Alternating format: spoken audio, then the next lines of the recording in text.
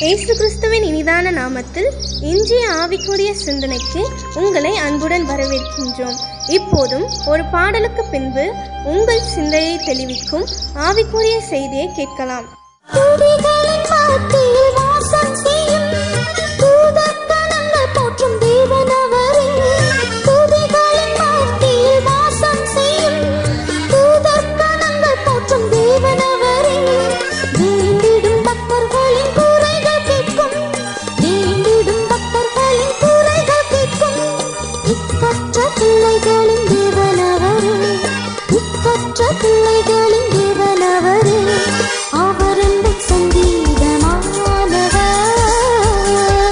துதிகளின் மத்தியில் வாசம் செய்கிற நம்முடைய ஆண்டவராக இயேசுவின் இனிதான நாமத்தினால் உங்களை வாழ்த்துகிறேன். நம்முடைய ஆவிக்குரிய சிந்தனைக்காக அப்போஸ்தலர் நடபடிகள் 16 அதிகாரம் 25 வசனத்தை நான் வாசிக்கிறேன். நடுராத்திரியிலே பவுலும் சீலாவும் ஜெபம் பண்ணி தேவனை துதித்து பாடினார்கள். காவலில் வைக்கப்பட்டவர்கள் அதை கேட்டுக் கொண்டிருந்தார்கள். நடுராத்திரி பவுலும் சீலாவும் துதித்து பாடுறாங்க, ஜெபம் பண்றாங்க. காவலில் இருக்கிறவர்கள் அதை கேட்டுக் கொண்டிருந்தார்களாம். இது ஒரு தேவாலயத்தில் நடந்தது அல்ல, ஒரு சிறைச்சாலையில் நடக்கிறது. தொழுமரத்திலே பவுலும் சீலாவும் கட்டப்பட்ட நிலைமையில இருக்கிறாங்க. அன்று பகல் முழுவதும் அடித்து வஸ்திரத்தை கிழித்து அவமானப்படுத்தி வீதிகளிலே அலங்கோலமாய் அழைத்துட்டு போய் காயப்படுத்தி கொண்டு ஜெயில போட்டாச்சு.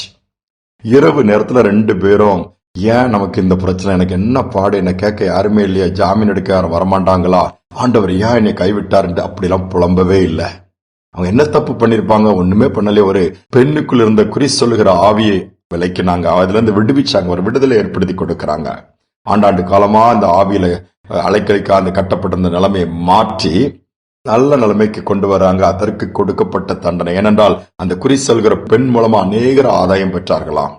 அந்த ஆதாயம் நின்று போயிட்டேன்னு மற்றவர்களை கூப்பிட்டு பொல்லாத காரியத்தை சொல்லி அவர்களை குற்றப்படுத்தி ஜெயில போட்டாச்சு. ஆனா அந்த நேரத்துல துதித்து பாடுறாங்க. இதுதான் தேவன் கொடுக்கிற ஒரு தெய்வீக சமாதானம். நாம எப்போ துதிப்போம்? நன்மை நடந்தா, பிள்ளை எக்ஸாம்ல பாஸ் பண்ணா, நல்ல குழந்தை பிறந்துச்சுன்னா, நல்ல நல்ல காரியங்கள் நடக்கும் போதெல்லாம் ஆண்டவருக்கு நன்றி செலுத்துங்க, ஒரு ஸ்தோத்திரம் சொல்லலாமா, நன்மைகளுக்காக துதிக்கலாமான்றோம். மற்ற நேரம் புலம்பிக் கொண்டுதான் இருப்போம். நடுராத்திரியிலே கை கால்கள் கட்டப்பட்டு அடிக்கப்பட்டு ரத்தம் சிந்தின நிலைமையில துதிக்கிறாங்கன்னா தேவன் ஒரு பெரிய சமாதானத்தை கொடுக்கிறாங்க. சூழ்நிலை பற்றி கவலைப்படல, நடந்ததை நினைச்சு கவலைப்படல, கடந்ததை நினைச்சு கவலைப்படல. கர்த்தர் இருக்கிறாரு, எல்லாம் நன்மைக்காய் மாற்றி கொடுப்பார் நினைச்சு துதித்தாங்க. நடந்ததுன்னு துதிகளின் மத்தியில் வாசம் பண்ணுகிற நம்முடைய ஆண்டவர் அந்த சிறைச்சாலைக்குள் இறங்கி வந்து விட்டார்.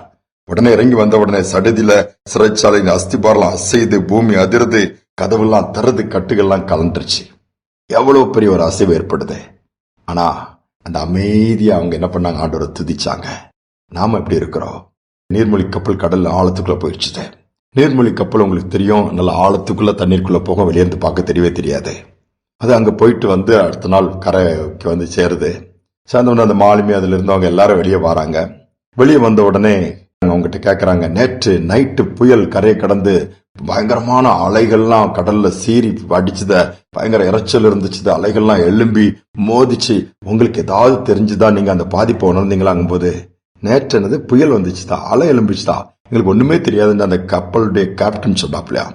அப்படியாண்டு இவங்க கேட்கற, ஆமா எங்க கப்பல் கடலின் ஆழத்துக்குள்ள நீர்மூழ்கி கப்பல் உள்ள போயிட்டதுனால மேல வேணா அலைகள் இருக்கும், அது அசையும், அந்த எலும்பும் அலைகள், ஆனா எங்களுக்கு அமைதியா இருந்தோம் அப்படின்னு சொன்னாங்க. அதே மாதிரிதான் ஆண்டுடைய பிரசன்னத்துக்குள்ள, அவருடைய சமூகத்துக்குள்ள, அவருடைய கரத்துக்குள்ள நம்முடைய வாழ்க்கையை கொடுத்து வந்துட்டோம்னா காற்று வீசும், புயல் அலைகள் எழும்பும், இறைச்சல் இருக்கும், ஆனாலும் அவருக்குள்ள நாம இருக்கும்போது அதை காட்டில அமைதியான இடந்த உலகத்தில் எங்குமே கிடையாது.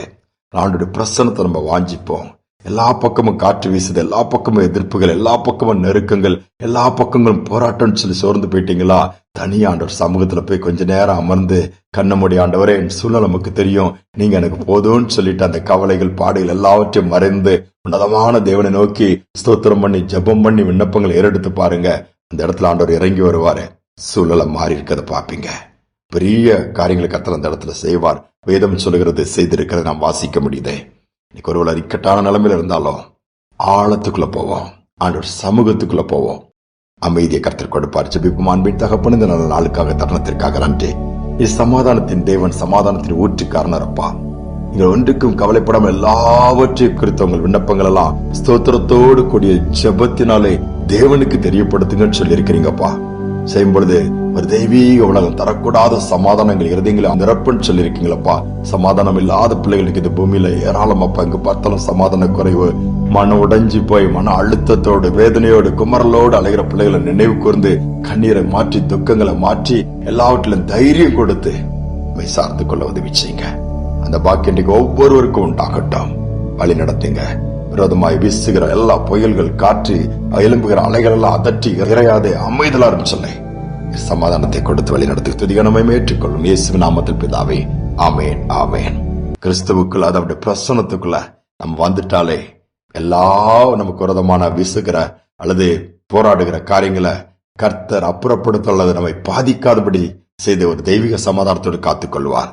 இந்த நாளை அப்படிப்பட்ட கிருபை கர்த்தர் நமக்கு கொடுப்பார். இந்த சிந்தையோடு இந்த நாளை தொடருவோம். மீண்டுமாய் நாளை தினம் சந்திப்போம்.